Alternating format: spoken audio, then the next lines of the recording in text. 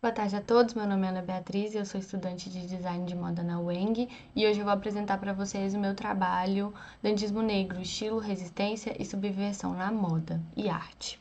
Bom, o dandismo ele é frequentemente visto apenas como um estilo, mas na verdade ele vai além disso, né?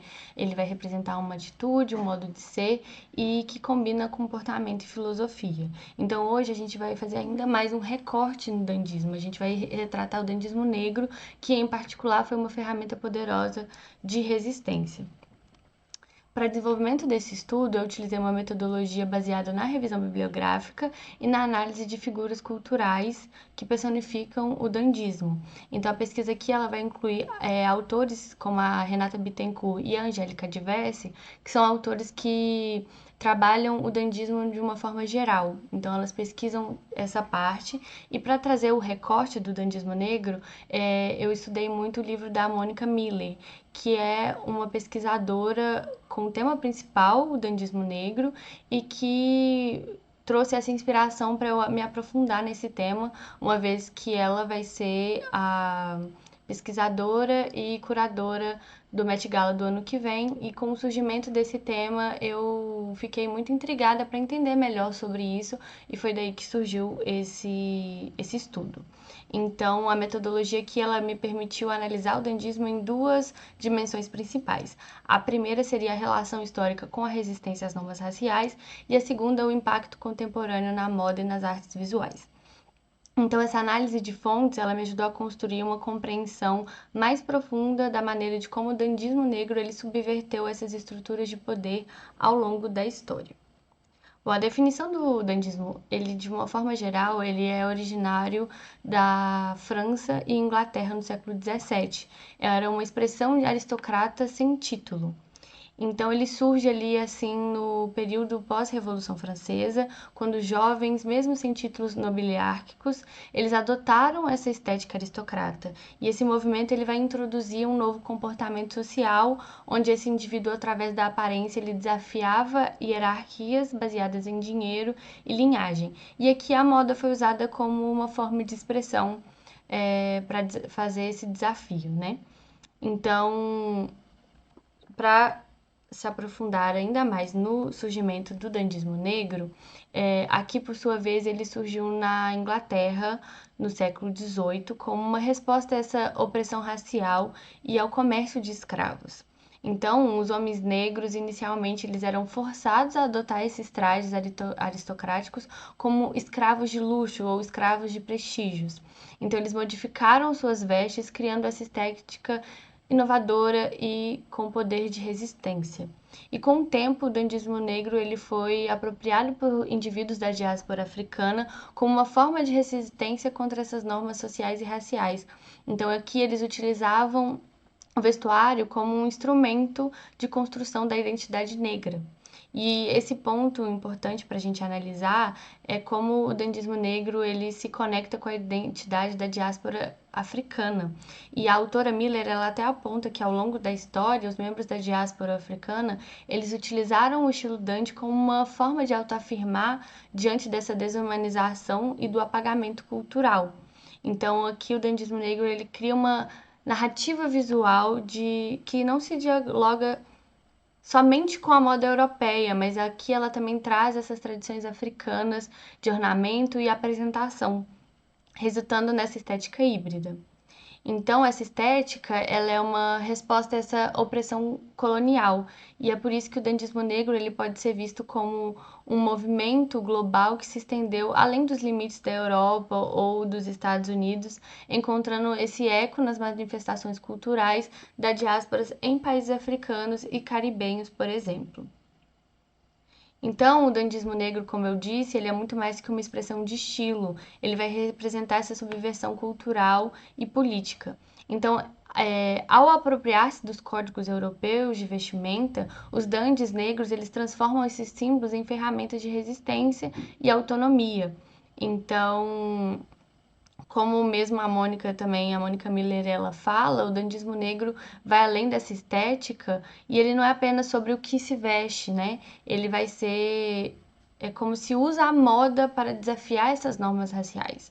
E quando o dandismo negro eles tiveram que adotar esses trajes aristocráticos europeus como símbolo de servidão, eles conseguiram fazer essa reapropriação de códigos e transformar essas vestimentas nessas ferramentas, né? E ao vestirem-se com essa elegância, eles conseguiram romper esse estereótipo de racial e social. Então, que eles conseguem trazer essa subvertência às expectativas de comportamento e aparência impostas a eles. Já o dandismo no mundo contemporâneo, hoje ele vai ressurgir na moda masculina principalmente, até por isso que é um dos principais temas do Met Gala do ano que vem. E aqui, especialmente através dos designs afrodescendentes que vão resgatar esses legados. E essa estética ela não vai só influenciar a moda, mas também ela cria uma ponte entre a história e a luta atual contra a opressão, que ainda acontece os dias de hoje, né? E eu trouxe como exemplo o estilista e artista Inca Shonibari, eu espero que eu esteja falando o nome dele certo. Ele é um artista nascido em Londres, mas criado em Lagos, na Nigéria, e ele traz uma perspectiva única sobre como o dandismo negro se manifesta na arte contemporânea. Esse artista ele é conseguido por abraçar essa estética e usar a beleza como uma estratégia subversiva para desafiar essa hegemonia eurocêntrica. E nessas esculturas de tecido que ele explora, ele consegue trazer essa ideia de que as aparências ela pode enganar. Então, para ele, essa prática artística valoriza a beleza e não é incompatível com uma crítica racial das expectativas em torno da identidade e da estética. E através dessas criações, ele consegue utilizar o dandismo nas roupas como uma linguagem de expressão e com uma forma complexa, mas precisa e também elegante, né? Então, ele consegue posicionar sua arte no espaço de contradição e confusão, usando essas peças para contar a história de beleza e, ao mesmo tempo, de surpresa. E ele protesta contra as simplificações e estereótipos em torno dessa identidade africana.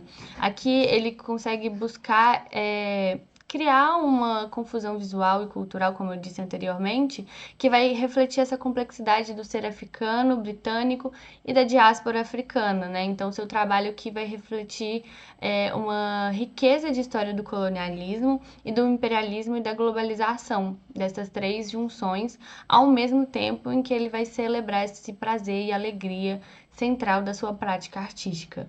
Isso são falas dele. E um detalhe importante nas suas obras que eu fui reparando é a utilização dos tecidos africanos, conhecidos como, segundo ele, na minha pesquisa, Dutch wax, que na verdade ele não é africano, mas sim é uma invenção europeia que foi reapropriada pela África e pela diáspora. Então isso vai refletir a história de como a cultura africana ela foi influenciada e ao mesmo tempo refigura esses elementos externos, sabe? Então, o artista Shinobari, ele consegue em sua arte entreter, seduzir, provocar, desafiar, e as suas esculturas costuradas a partir desse tecido africano, ele vai trazer à tona uma crítica irônica das demandas de autenticidade cultural e artística. Então, o dandismo negro aqui nas suas mãos, ele vai ser uma forma de resistência que vai combinar essa beleza, o caos da época e do próprio dandismo e essas contradições para criar algo verdadeiramente novo e também, segundo ele, radical. E como conclusão, o dandismo aqui negro ele vai ser um exemplo poderoso de como a moda ela pode ser uma ferramenta de subversão e resistência, né? Ele não apenas reflete um estilo, mas ele vai reconfigurar essa dinâmica de poder e desafiar essas normas sociais. E com isso a gente consegue ver que a moda e a arte elas podem desempenhar esse papel central na construção de identidade e na luta por igualdade. Agradeço pela atenção e pela oportunidade. Muito obrigada. Essas são as minhas referências. E até mais.